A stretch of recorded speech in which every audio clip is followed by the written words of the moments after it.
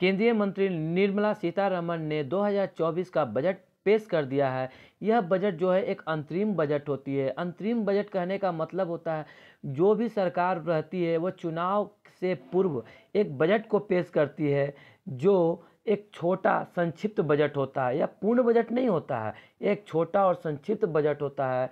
इसका मुख्य उद्देश्य देखा जाए तो सरकार क्या करती है, चुनाव होने से पहले इसे पेश इसलिए करती है ताकि हम लोगों को यह बता सकें कि हमने ये काम किया है और ये हम काम करने वाले हैं। अर्थात ये हम कह सकते हैं यह बजट जो है लोगों के लिए लुभाने का काम करेगा, लोगों को लुभाने का काम करेगा। तो आइए आज हम इस सारी बजट के बारे में जानते हैं। यही हमारी जो है वर्तमान में वित्त निर्मला सीतारमण है, वित्त मंत्री निर्मला सीतारमण है। चलिए हम बजट को जानने से पहले एक रूपरेखा को जान लेते हैं ताकि आगे जो हम बात आपको बताएंगे वो आसानी से आप समझ सके। देखिए बजट के विषय के बारे में हम इस वीडियो में जानकारी लेंगे, फिर मौजूदा कार्यकाल की उपलब्धियों के बारे में जानेंगे, फिर भारतीय अर्थव्यवस्था की वर्तमान स्थिति के बारे में जानेंगे, बजट में शामिल घोषणाओं को जानेंगे, फिर एक पॉइंट आएगा मंत्रालय विशिष्ट आवंटन, मतलब कि किस मंत्रालय में कितना रुपया आवंटन किया गया है, फंड दिया गया, उसके बारे में जानेंगे, फिर उसका निष्कर्ष देखेंगे, फिर प्रश्न को हम करेंगे। ठीक है, चलिए तो हम जानते हैं बजट क्या है, उसके बारे में जानकारी लेते हैं। बजट के विषय के बारे में क्या मतलब बजट क्या होता है इसके बारे में जाने। बजट जो होता है हम उसको लेखा जोखा कहते हैं। क्या कहते हैं? लेखा जोखा कहते हैं, अर्थात हम इसको रिकॉर्ड कहते हैं। मतलब कि एक पैसे का रिकॉर्ड करना, कितना पैसा हम खर्च किए हैं, कितना पैसा हमको आया है, उसी को रिकॉर्ड करना, लेखा जोखा बनाना बजट कहलाता है। देखिए बजट देखिए बजट के बारे में, बजट जो होता है व्यय, कर, लेन देन और योजनाओं का एक ब्लूप्रिंट है, खाका है, रिकॉर्ड है, लेखा जोखा है, इसी को हम बजट कहते हैं। बजट है जो संविधान के अनुच्छेद 112 में उल्लेखित किया गया। देखिए संविधान में बजट शब्द का उल्लेख नहीं किया गया है। संविधान में वार्षिक वित्तीय विवरण का उल्लेख किया गया है। ठीक है, तो चलिए अब हम आगे जानते हैं। देखिए सरकार ने गरीब कल्याण, देश का कल्याण एक योजना निकाला है। ठीक है, उसके अंतर्गत वो बता रही है कि हमने क्या क्या काम किए हैं, सरकार के द्वारा किया गया काम के बारे में चर्चा है। देखिए DBT has led to saving of 2.7 lakh crore, मतलब कि डीबीटी का मतलब पहले जान लीजिए क्या होता है। डीबीटी का मतलब होता है डायरेक्ट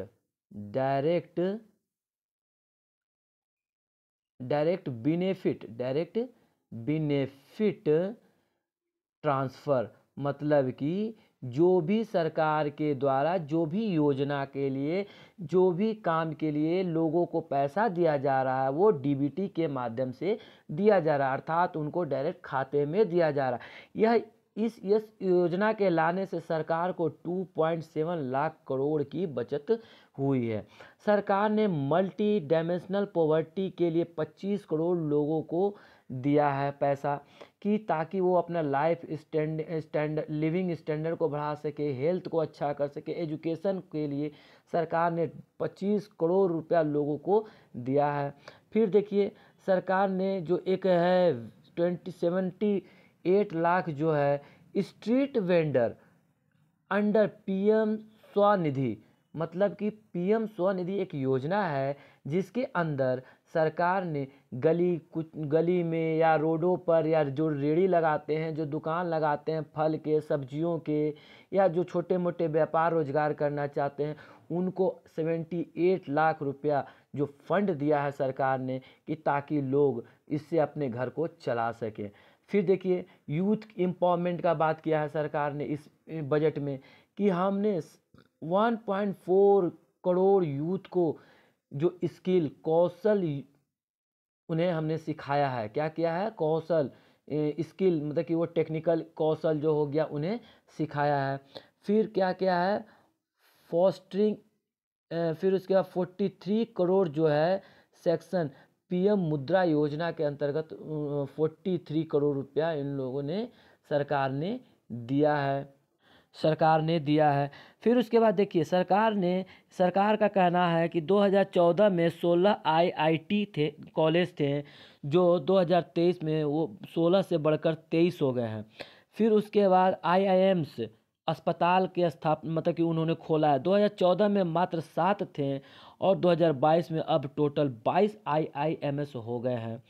फिर उसके बाद उन्होंने यूनिवर्सिटीज़ भी के बारे में बात किया है कि इस पहले 2014 में 723 मात्र 723 यूनिवर्सिटी था, अब टोटल 1113 यूनिवर्सिटी खोले जा चुके हैं।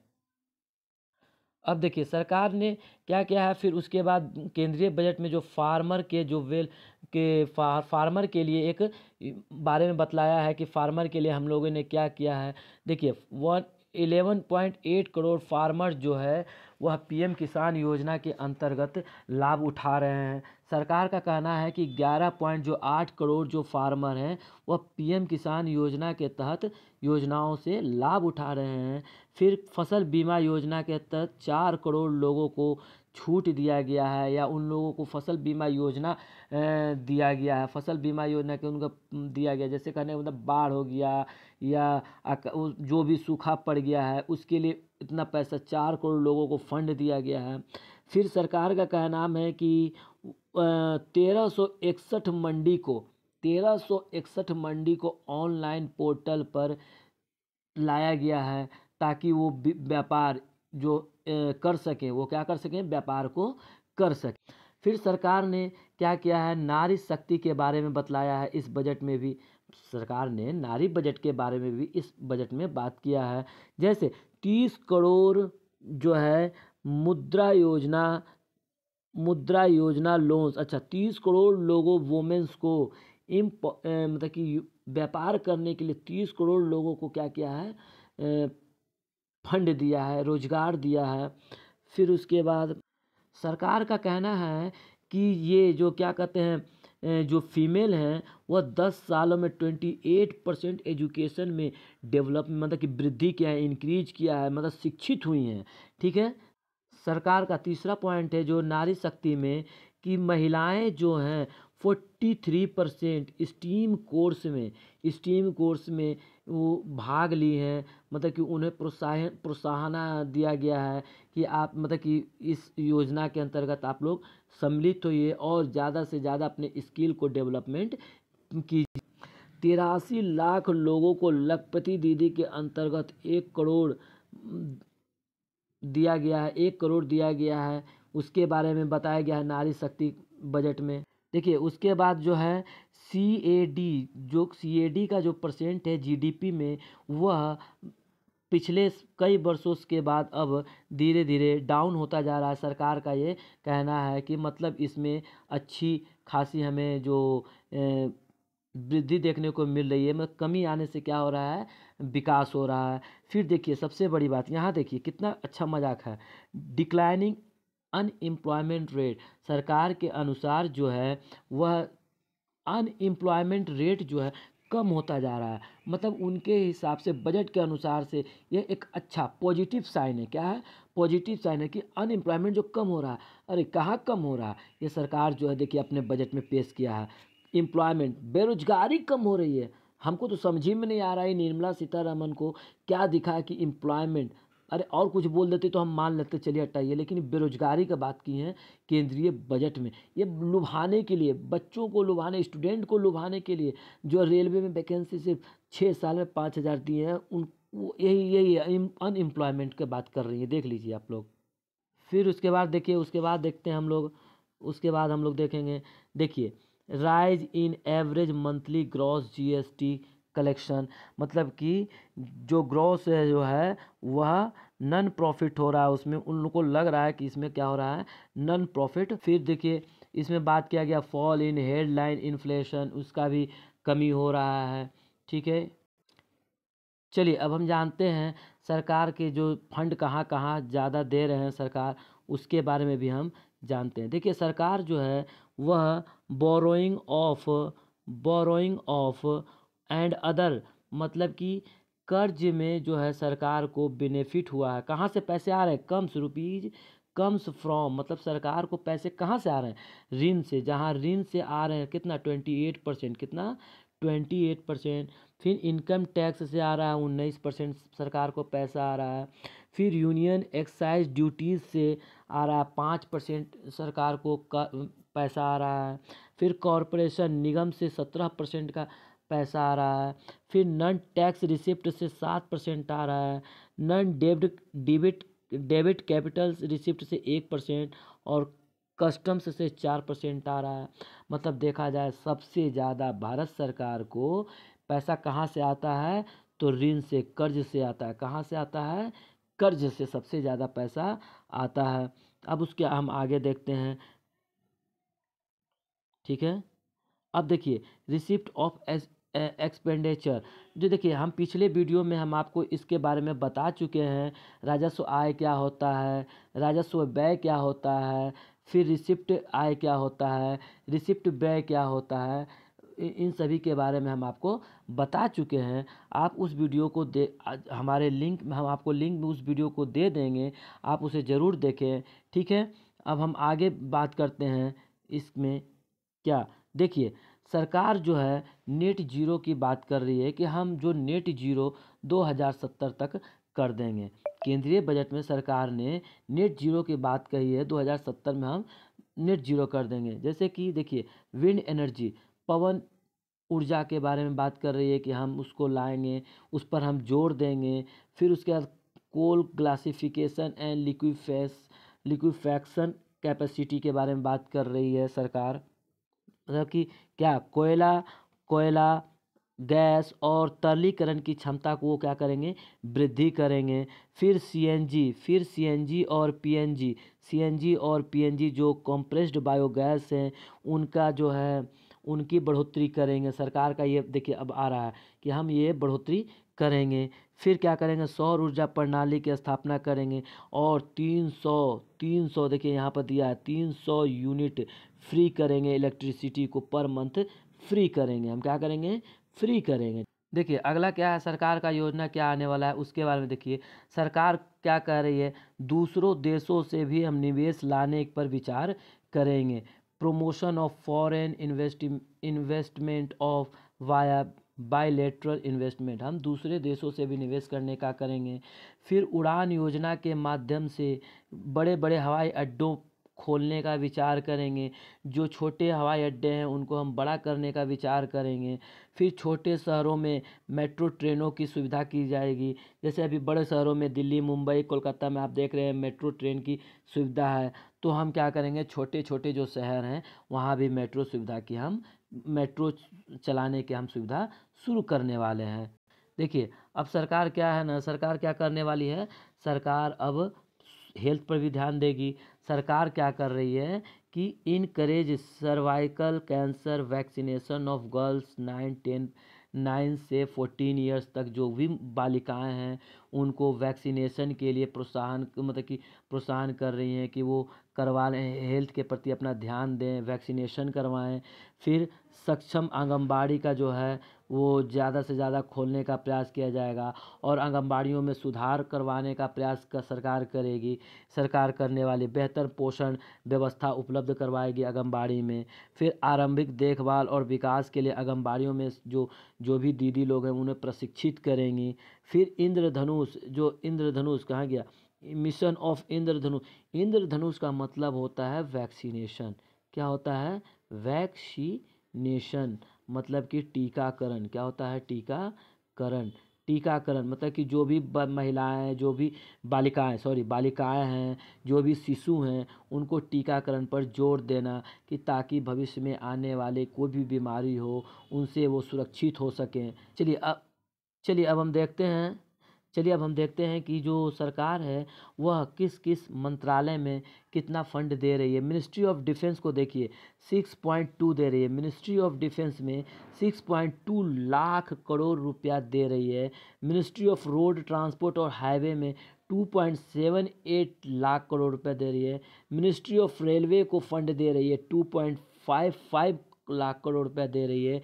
Ministry of commerce affair, food and public distribution में 2.13 लाख दे रही है। मिनिस्ट्री ऑफ होम अफेयर्स को 2.03 लाख रुपया दे रही है, करोड़ रुपया दे रही है, सब करोड़ में है। मिनिस्ट्री ऑफ रूरल डेवलपमेंट को 1.17 लाख करोड़ रुपया दे रही है। Ministry of chemical and fertiliser को 1.68 लाख करोड़ रुपया दे रही है। सरकार जो है इन सभी में क्या कर रही है, पैसा दे रही है ताकि लोगों को ये सुविधा दिया जा सके। जैसे देखिए, ministry of consumer affair, food and public distribution को 2.1 लाख करोड़ रुपया दे रहा है। मिनिस्ट्री ऑफ होम अफेयर्स में 2.03 लाख करोड़ रुपए का बजट पास किया जा रहा है। मिनिस्ट्री ऑफ रूरल डेवलपमेंट में 1.1 लाख करोड़ का बजट पेश किया गया है कि उन्हें हम इस डिपार्टमेंट को देंगे। मिनिस्ट्री ऑफ केमिकल और फर्टिलाइज़र को 1.68 lakh crore, ministry of communication को 1.37 लाख करोड़ रुपया का बजट दिया गया है ताकि वह लोग इसमें सुधार करें, अच्छी व्यवस्था दें। Ministry of agriculture and farmer welfare को 1.27 लाख करोड़ रुपया दिया गया है ताकि वो अपने क्षेत्र में विकास कर सकें। ठीक है, तो आप लोग सभी लोग जान गए। अब देखिए, अब आगे क्या है, जो विकसित भारत केंद्र सरकार का जो है एक मोटो है, एक उद्देश्य है कि हम विकसित भारत 2047 तक हम कर लेंगे। बेरोजगारी चरम सीमा पर है, लेकिन बजट में पेश किया गया है कि बेरोजगारी अब डाउन हो गया है कई वर्षों की अपेक्षा के। तो देखिए, उनका एक मुख्य उद्देश्य, भाई अब सरकार है, सरकार कुछ भी कर सकती है, सबका साथ सबका विकास, फिर उसके बाद सबका साथ सबका विकास सबका विश्वास, ऐसा 2047 तक ये लोग सोचे हैं कि हम ये काम को कर लेंगे। ठीक है, अब हम आते हैं निष्कर्ष पर। ये क्या निष्कर्ष निकलता है कि 2024 का जो बजट है कोई विशेष घोषणा नहीं है, यह सिर्फ लोगों को लुभाने के लिए, भ्रमित करने के लिए है कि हम करेंगे। ठीक है, सरकार कुछ कुछ क्षेत्रों में करेगी। अब देखिए, एम्प्लॉयमेंट की बात करिए कि कम हो गए, कहाँ से, कोई लॉजिक, कोई थिंकिंग नहीं है। इसीलिए कहते हैं निर्मला सीतारमन जो हैं वो दादी हैं। दादी का काम होता है बैठे बैठे हम सारे चीज़ों का हिसाब लगाना, अनुमान कर लेना। ठीक है, देखिए कारण क्या है ये बजट लाने का, 2024 में चुनाव है, सरकार में बदलाव होने वाला है, तो पूर्ण बजट तो दे नहीं सकते हैं कि हम ये योजना लाएंगे, ये बेनिफिट लाएंगे, नहीं तो अगला सरकार तो बेनिफिट में आ जाएगा। इसलिए वो लोग आंतरिक बजट पेश करते हैं। क्या करते हैं? आंतरिक बजट पेश करते हैं। ठीक है, चलिए अब हम एक प्रश्न को देख लेते हैं। प्रश्न यह है, बजट 2024 के अंतर्गत किस मंत्रालय को सबसे अधिक आवंटन किया गया है? आपको हम बताए थे ना, संचार मंत्रालय को, गृह मंत्रालय को, रेल मंत्रालय को या रक्षा मंत्रालय को। क्या सोच रहे हैं आप लोग कि हम इसका आंसर देंगे? नहीं, इसका आंसर आपको कमेंट बॉक्स में देना होगा। ठीक है, आपको यह वीडियो कैसा लगा आप हमें बताएं। हमारे चैनल बिहार स्टडी चैनल को, हमारे चैनल बिहार स्टडी चैनल को